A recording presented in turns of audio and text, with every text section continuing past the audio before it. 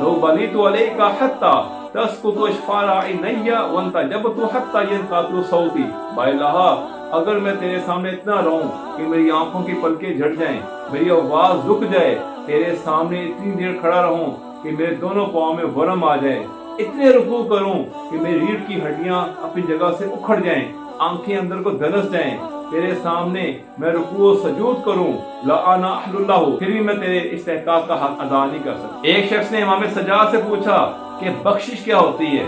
آپ نے فرمایا کہ تمہارے کان میں آ کر ایک شخص تمہیں برا بھلا کہے اور دوسرے کان میں آ کر معذرت کرے تو اس کی معذرت قبول کر لو۔ اس کی زندہ مثال آپ نے خود پیش کی کہ مدینہ میں ایک شخص نے آ کر آپ سے پناہ طلب کی، آپ نے اس کو استراحت، قیام اور طعام مہیا کیا۔ روانگی کے وقت اس نے کہا کہ آپ نے مجھے پہچانا نہیں۔ آپ نے فرمایا کہ میں نے پہلی نظر میں تم کو پہچان لیا تھا، تم میرے بھائی علی اکبر کے قاتل ہو۔